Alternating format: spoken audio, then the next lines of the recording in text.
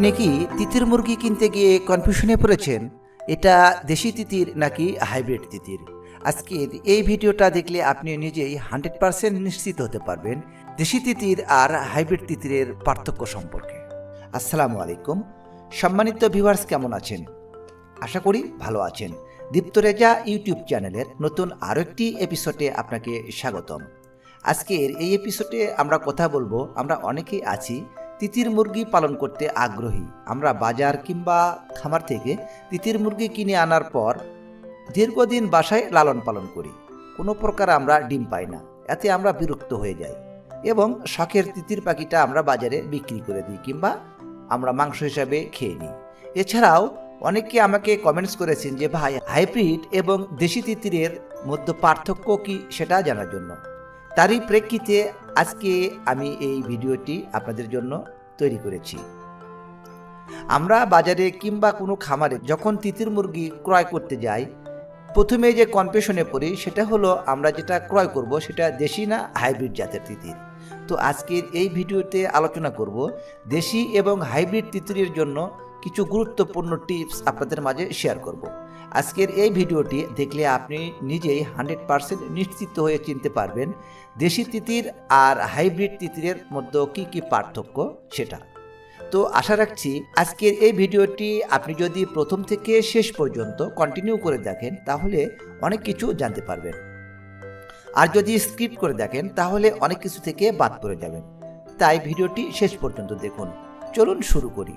Video শুরু করার আগে বরাবরের মতো ছোট্ট একটা রিকোয়েস্ট, এখনও আপনারা যারা আমাদের এই চ্যানেলটি সাবস্ক্রাইব করেন নাই, অবশ্যই চ্যানেলটি সাবস্ক্রাইব করে আমাদের এই ছোট্ট পরিবারের সদস্য হন।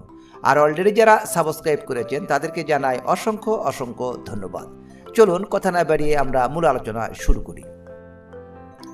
সম্মানিত ভিউয়ার্স, চলুন আমরা সংক্ষিপ্তভাবে জেনে নিই দেশি তিতির কি এবং হাইব্রিড তিতির কি সে সম্পর্কে।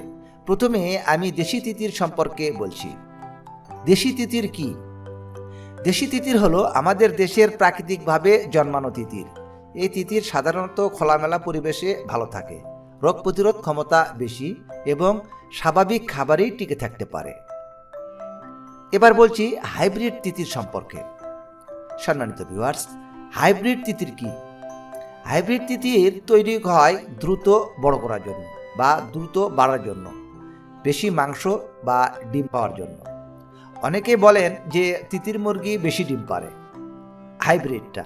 আসলে আমি বলবো না, হাইব্রিড তিতির মুরগি বেশি মাংসের জন্য পালন করা হয়।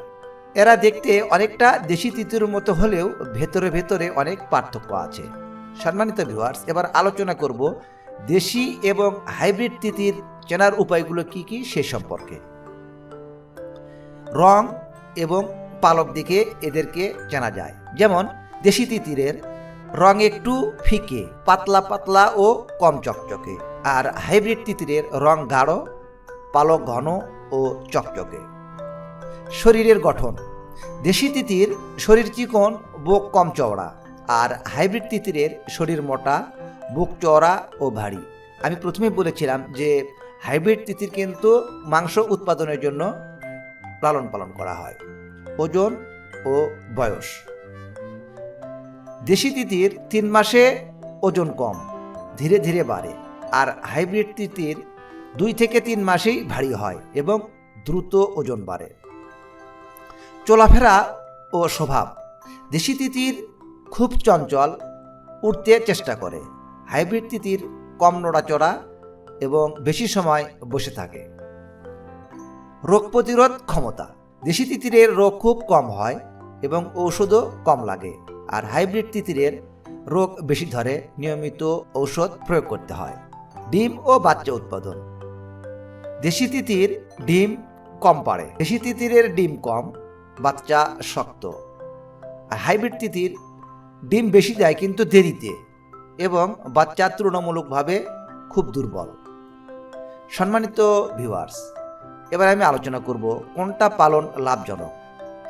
আপনি যদি কম খরচে কম ঝুঁকিতে পালন করতে চান তাহলে দেশি তিতির ভালো, আর যদি বাণিজ্যিকভাবে দ্রুত লাভবান হতে চান তাহলে হাইব্রিড তিতির উপযোগী। এই প্রেক্ষিতে আপনাকে একটি কথা না বললেই নয়, আমি প্রতিটা ভিডিওতে বলে থাকি যে আপনি তিতির খামার করেন আর যে কোনো খামারই করেন না কেন, অবশ্যই আপনাকে কিন্তু আগে থেকে এর এক্সপিরিয়েন্স বা অভিজ্ঞতা অর্জন করতে হবে, তারপরে আপনারা পালন শুরু করবেন।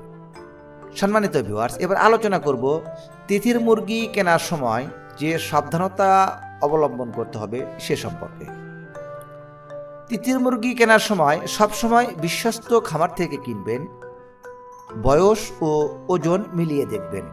সম্ভব হলে তিতিরের যে বাচ্চাগুলো আছে তার প্যারেন্টস অর্থাৎ মা এবং বাবা তিতির দেখে বাচ্চা ক্রয় করবেন। খুব সস্তা দামে কিনতে যাবেন না। সম্মানিত ভিউয়ার্স, এতক্ষণ আলোচনা করা হলো কোনটি দেশি এবং কোনটি হাইব্রিড তিতির সে সম্পর্কে বিস্তারিত সকল কিছুর খুঁটিনাটি তথ্য। আশা করি এখন আপনি সহজেই বুঝতে পারবেন কোনটি দেশি তিতির আর কোনটি হাইব্রিড। এছাড়াও কোনো বিষয়ে বুঝতে অসুবিধা হলে অবশ্যই কমেন্ট বক্সে কমেন্টস করে জানাবেন। আমি চেষ্টা করব আপনাদের প্রশ্নের উত্তর দেওয়ার জন্য। ভিডিওটি ভালো লাগলে লাইক দিন, কমেন্টে আপনার প্রশ্ন লিখুন এবং নতুন ভিডিও পেতে চ্যানেলটিকে সাবস্ক্রাইব করুন। আজকের ভিডিও এই পর্যন্তই। কথা হবে পরবর্তী অন্য কোনো নতুন এক এপিসোডে। সে পর্যন্ত সবাই ভালো থাকুন। আল্লাহ হাফেজ।